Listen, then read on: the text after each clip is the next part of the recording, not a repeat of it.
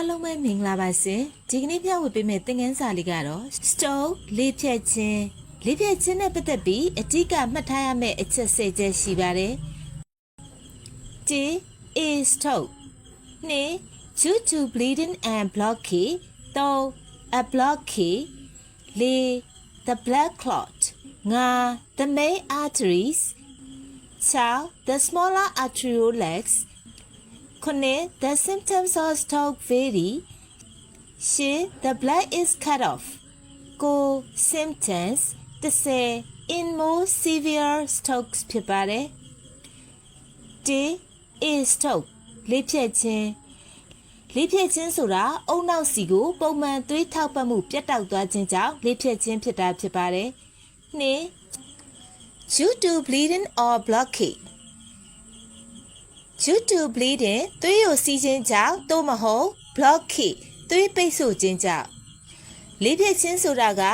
ပျက်စီးသွားတဲ့စံကြီးမြင့်သွေးကြောတွေပေါက်ပြီးတော့သွေးကိုစိတ်နာသို့မဟုတ်အုံနောက်စီကိုထောက်ပံ့ထားတဲ့သွေးတွေပြတ်တောက်ပိတ်ဆို့ခြင်းကြောင့်လေးဖြတ်ခြင်းကိုဖြစ်စေပါတယ်3 a blockage သွေးကြောပိတ်ခြင်းသွေးကြောပိတ်ဆို့ခြင်းကသွေးခဲတစ်ခုကြောင့်ပိတ်တာဖြစ်နိုင်သလိုသွေးကြောနံရံတွေမာကြောပြီးထူလာတဲ့အတွက်ပိတ်တာဖြစ်နိုင်တယ်ဒါမှမဟုတ်ရင်အဲ့ဒီအကြောင်းနှစ်ချက်လုံးပေါင်းစပ်ခြင်းကြောင့်ဖြစ်ပေါ်တာဖြစ်ပါတယ်4 the blood clot သွေးခဲကခန္ဓာကိုယ်ရဲ့နေရာတစ်နေရာမှာဖြစ်ပေါ်နေပြီးတော့အဲ့ဒီသွေးခဲကိုသွေးစီးကြောင်းကနေတည်ဆောင်သွားပြီးတော့အုံနောက်ရဲ့အသွေးလွှတ်ကြောထဲမှာပိတ်ဆို့ခြင်းဖြစ်ပါတယ်အဲ့ဒီလိုသွေးကြောပိတ်ခြင်းကပျက်စီးမှုကိုလျင်မြန်စွာဖြစ်ပေါ်စေနိုင်ပါတယ်5 the main arteries အဓိကသွေးလွှတ်ကြောမကြီးတကယ်လို့အဲ့လိုသွေးကြောပိတ်ဆို့မှုကအဓိကသွေးလွှတ်ကြောမကြီးမှာဖြစ်မယ်ဆိုရင်သိစေနိုင်တဲ့ဆိုးဝါးတဲ့လေးဖြတ်ခြင်းကိုဖြစ်စေပါတယ်6 the smaller arterioles ပိုပြီးသေးငယ်တဲ့သွေးလွှတ်ကြောလေးတွေမှာသွေးခဲပိတ်မယ်ဆိုရင်တော့ထိခိုက်ပျက်စီးမှုကနည်းနိုင်ပါတယ်9 the symptoms of stroke vary လေးဖြတ်ခြင်းရဲ့လက္ခဏာရက်တွေကမတူကွဲပြားနိုင်ပါတယ်အုံနောက်ကိုဘယ်လောက်များများထိခိုက်တယ်လဲဆိုတဲ့ပေါ်မူတည်ပြီးတော့လေးဖြတ်ခြင်းရဲ့လက္ခဏာတွေကကွဲပြားသွားတာဖြစ်ပါတယ်10 the blood is cut off သွေးဖြတ်တောက်ခံရတာအုံနောက်ရဲ့အစိပ်ပိုင်းတစ်ခုခုမှာသွေးပြတ်တောက်သွားတာဒါမှမဟုတ်လို့ရှိရင်အုံနောက်ရဲ့တစ်ဖက်ချမ်းထဲမှာသာသွေးပြတ်တောက်သွားတာဖြစ်ပါတယ် symptoms ယောဂလက္ခဏာရက်များဒီအချက်မှာတော့လေးဖြတ်ခြင်းနဲ့ပတ်သက်တဲ့ယောဂလက္ခဏာရက်တွေကိုဖော်ပြရမှာဖြစ်ပါတယ်10 in more severe strokes ပိုပြီးတော့ဆိုးရတဲ့လေးဖြတ်ခြင်းပုံမဆိုးရတဲ့လေဖြတ်ခြင်းတွေမှာဆိုရင်များသောအားဖြင့်ခန္ဓာကိုယ်တစ်ဖက်ချမ်းမှာလေဖြတ်ခြင်းဖြစ်နိုင်ပါတယ်A stroke is caused by an interruption to the normal blood supply to an areas of the brain. A stroke လေဖြတ်ခြင်းကို is caused ဖြစ်ပွားစေပါတယ် by an interruption ပြတ်တောက်ခြင်းကြောင့် to the normal blood supply ပုံမှန်သွေးထောက်ပံ့မှုto an areas of the brain အုံနောက်ရဲ့ area တစ်ခုစီသို့ပုံမှန်သွေးထောက်ပံ့မှုပြတ်တောက်ခြင်းကြောင့်လေဖြတ်ခြင်းကိုဖြစ်စေပါတယ်ဆိုလိုတာကလေဖြတ်ခြင်းကအုံနောက်ကိုသွေးသွားလာမှုရပ်ဆိုင်းခြင်းကြောင့်ဖြစ်ပေါ်လာတဲ့ရလဒ်ဖြစ်ပါတယ်အုံနောက်က၎င်းရဲ့လုပ်ငန်းတွေဆောင်ရွက်နိုင်ဖို့အတွက်လုံလောက်တဲ့သွေးပုံမှန်ရရှိဖို့လိုအပ်ပါတယ်အုံနောက်ရဲ့အစိပ်ပိုင်းတွေကလုံလောက်တဲ့သွေးပမာဏကိုမရရှိရင်၎င်းရဲ့အစိပ်ပိုင်းမှာထိမ့်ချုပ်ထားတဲ့ခန္ဓာကိုယ်ကလုပ်ငန်းတွေရပ်ဆိုင်းသွားတဲ့အတွက်လေဖြတ်ယောဂလက္ခဏာတွေကိုဖြစ်ပေါ်စေပါတယ် This may be due to bleeding from damaged capillaries of a blockage carrying off the blood supply to the brain.ဒီချက်ကဆိုတာကအုံနောက်ကိုသွေးထောက်ပံ့မှုပြတ်တောက်ခြင်းဆိုတာက maybe ဖြစ်နိုင်ပါတယ် due to bleeding သွေးကိုစီးခြင်းကြောင့် from damaged capillaries ပျက်စီးသွားသောစံကြီးမြင့်သွေးကြောလေးတွေမှာသွေးကိုစီးခြင်းကြောင့်ဆိုလိုတာကအုံနောက်အတွင်းမှာရှိတဲ့သွေးကြောလေးတွေပေါက်သွားတာဖြစ်ပါတယ်သွေးကြောပေါက်တဲ့အတွက်သွေးကိုစီးခြင်းဖြစ်တာဖြစ်ပါတယ်သွေးကြောပေါက်ပြီးပျက်စီးသွားတဲ့စံကြီးမြင့်သွေးကြောလေးတွေကနေသွေးယူစီးခြင်းကြောင့်သို့မဟုတ် a blockage ပိတ်ဆို့ခြင်းကြောင့် cutting of the blood သွေးဖြတ်တောက်ခြင်း supply ထောက်ပံ့ထားသော to the brain အုံနောက်ကိုထောက်ပံ့ထားတဲ့သွေးတွေပြတ်တောက်ပိတ်ဆို့ခြင်းကြောင့်ဖြစ်နိုင်ပါတယ်ဒါကပျက်စီးသွားတဲ့စံကြည်မြင်သွေးကြောလေးတွေကသွေးယိုစီးခြင်းကြောင့်သို့မဟုတ်အုံနောက်စီတို့ထောက်ပံ့ပေးတဲ့သွေးတွေပြတ်တောက်ပိတ်ဆို့ခြင်းကြောင့်ဖြစ်နိုင်ပါတယ်ဆိုလိုတာကလေဖြတ်တဲ့ယောဂအမျိုးအစား2မျိုးရှိတယ်တစ်ချက်ကအုံနောက်အတွင်းသွေးကြောပေါက်ပြီးလေဖြတ်တာနှစ်ကကြတော့အုံနောက်အတွင်းသွေးကြောပိတ်ပြီးလေဖြတ်တာသွေးကြောပေါက်ပြီးလေဖြတ်တာနဲ့သွေးကြောပိတ်ပြီးလေဖြတ်တာသွေးကြောပေါက်ပြီးလေဖြတ်တာကပျက်စီးသွားတဲ့စံကြည်မြင်သွေးကြောတွေကနေသွေးယိုစီးခြင်းဖြစ်ပါတယ်သွေးကြောပိတ်ပြီးလေဖြတ်တာကအုံနောက်အတွင်းမှာရှိတဲ့သွေးကြောတွေကျင်းပြီးပိတ်တာဒါမှမဟုတ်လို့ရှိရင်နှလုံးသွေးလွှတ်ကြောတွေကသွေးခဲငယ်လေးတွေကပြုတ်ထွက်ပြီးတော့အုံနောက်သွေးကြောမှာလာပြီးတော့ပိတ်တာ A blockade is usually caused by a blood clot, an atheroma or a combination of the two. A blockade သွေးကြောပိတ်ဆို့မှုကို is usually caused ဖြစ်ပွားလေးရှိတယ် by a blood clot သွေးခဲတစ်ခုကြောင့် an atheroma အဆီချက်တွေနဲ့သွေးကြောနံရံထူပြီးကျင်းလာတဲ့အတွက်ကြောင့်သွေးကြောပိတ်တာ or သို့မဟုတ် a combination of the two နှစ်မျိုးလုံးပေါင်းစပ်ဖြစ်ပေါ်ခြင်းကြောင့်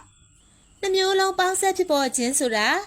သွေးကြောနံရံကလည်းအဆီချက်တွေနဲ့ကျင်းပြီးတော့ထူနေတယ်သွေးခဲကလည်းလာပိတ်တယ်အဲ့ဒီအချက်နှစ်ချက်လုံးကြောင့်လည်းပိတ်ဆို့မှုတစ်ခုဖြစ်ပေါ်စေတယ်သွေးခဲတစ်ခုကြောင့်အဆီချက်တွေနဲ့သွေးကြောနံရံတွေထူပြီးကျင်းလာတဲ့အတွက်ကြောင့်သို့မဟုတ်နှစ်မျိုးလုံးပေါင်းစပ်ဖြစ်ပေါ်ခြင်းကြောင့်သွေးကြောပိတ်ဆို့မှုကိုဖြစ်ပွားလေးရှိပါတယ် Sometimes the blood clot from somewhere else in the body and is carried in the bloodstream until it gets to blocking an artery in the brain. Sometimes the blood clot သွေးခဲလေးတွေ forms ဖြစ်ပေါ်တယ် somewhere else တနေရာမှာ in the body ခန္ဓာကိုယ်ရဲ့တနေရာမှာသွေးခဲလေးဖြစ်ပေါ်ပြီးတော့ is carry အဲ့ဒီသွေးခဲလေးတွေကိုတည်ဆောင်သွားတယ် in the bloodstream သွေးစီးကြောင်းထဲမှာတည်သွားတယ် until it gets stuck ၎င်းဟာ gets stuck ဆိုတာကတော့သူသွားမဲ့နေရာကိုရောက်အောင်မစွမ်းဆောင်နိုင်တော့သည့်တိုင်အောင် blocking ပိတ်ဆို့ခြင်း an artery သွေးလွှတ်ကြောတစ်ခုမှာ in the brain အုံနောက်ရဲ့သွေးလွှတ်ကြောတစ်ခုမှာပိတ်ဆို့ခြင်းတခါတရံမှာခန္ဓာကိုယ်ရဲ့တနေရာမှာသွေးခဲလေးဖြစ်ပေါ်ပြီးတော့အဲ့ဒီသွေးခဲကိုသွေးစီးကြောင်းထဲမှာတည်သွားပြီးတော့အုံနောက်မှာရှိတဲ့သွေးလွှတ်ကြောတွေပိတ်ဆို့မှုဖြစ်သွားတဲ့အထိဖြစ်တတ်ပါတယ် The damage happens very quickly. The damage ပျက်စီးမှုကတော့ happens very quickly အလွန်လျင်မြန်စွာဖြစ်ပွားပါတယ်A blockade in one of the main arteries leading to the brain causes a very serious stroke that may lead to death. A blockade သွေးကြောပိတ်ဆို့မှုက in one of the main arteries အဓိကသွေးလွှတ်ကြောမကြီးတစ်ခုမှာ leading to the brain အုံနောက်စီတို့ပို့လွတ်နေတဲ့အဓိကသွေးလွှတ်ကြောမကြီးမှာသွေးကြောပိတ်ဆို့ခြင်းက causes ဖြစ်ပွားစေပါတယ် a very serious stroke အလွန်ဆိုးဝါးသောလေဖြတ်ခြင်းမျိုးကိုဖြစ်စေပါတယ် that may lead to death သေစေနိုင်သောအုံနောက်စီကိုတည်ဆောင်သွားတဲ့အဓိကသွေးလွှတ်ကြောမကြီးတစ်ခုမှာသွေးခဲပိတ်ဆို့မှုကသေဆုံးတဲ့အထိဖြစ်နိုင်တဲ့အလွန်ဆိုးဝါးတဲ့လေဖြတ်ခြင်းမျိုးကိုဖြစ်စေပါတယ် If it happens in one of the smaller arterial legs, the effects may be less disastrous. If it ၎င်းက happen ဖြစ်ပွားမယ်ဆိုလျင်in one of the smaller arterioles ပိုသေးငယ်တဲ့သွေးလွှတ်ကြောလေးတစ်ခုမှာဖြစ်ပွားမယ်ဆိုရင် the effects ဒီအကျိုးဆက်အနေနဲ့ကတော့ maybe ဖြစ်နိုင်ပါတယ် less disastrous ထိခိုက်ပျက်စီးမှုနည်းနိုင်ပါတယ်အကယ်၍၎င်းကပိုသေးငယ်တဲ့သွေးလွှတ်ကြောလေးတစ်ခုမှာဖြစ်မယ်ဆိုရင်တော့ဒီအကျိုးဆက်အနေနဲ့ကတော့ထိခိုက်ပျက်စီးမှုနည်းနိုင်ပါတယ် The symptoms of strokes vary depending on how much of the brain is affected. The symptoms of stroke လေဖြတ်ခြင်းရဲ့လက္ခဏာရပ်တွေက vary မတူပါဘူး depending on မူတည်ပြီးတော့ How much of the brain အုံနောက်က how much is affected ဘယ်လောက်များများထိခိုက်တယ်လဲဆိုတဲ့ပုံမူတည်ပြီးတော့မတူပါဘူး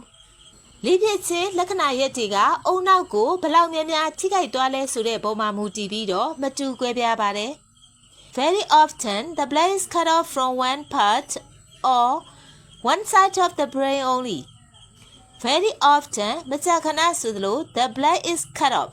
သွေးဖြတ်တောက်ခံရတယ် from one part အစိတ်ပိုင်းတစ်ခုမှအုံနောက်ရဲ့အစိတ်ပိုင်းတစ်ခုမှသို့မဟုတ် one side of the brain only အုံနောက်ရဲ့တစ်ဖက်ချမ်းမှာပဲဥပမာဘဲဘက်အချမ်းသို့မဟုတ်ညာဘက်အချမ်းတစ်ချမ်းလုံးသို့မဟုတ်အုံနောက်ရဲ့အစိတ်ပိုင်းတစ်ခုခုမှသွေးဖြတ်တောက်ခြင်းခံရတာဖြစ်ပါတယ်မကြာခဏဆိုသလိုအုံနောက်ရဲ့အစိတ်ပိုင်းတစ်ခုခုမှသွေးပြတ်တောက်သွားတာသို့မဟုတ်အုံနောက်ရဲ့ဘဲဘက်ချမ်းသို့မဟုတ်ညာဘက်ချမ်းတစ်ဖက်ချမ်းမှာသာသွေးပြတ်တောက်ခံရတာဖြစ်ပါတယ် Symptoms include dizziness, confusion, slurred speech, blurred vision or partial loss of vision, usually one eye, and numbness.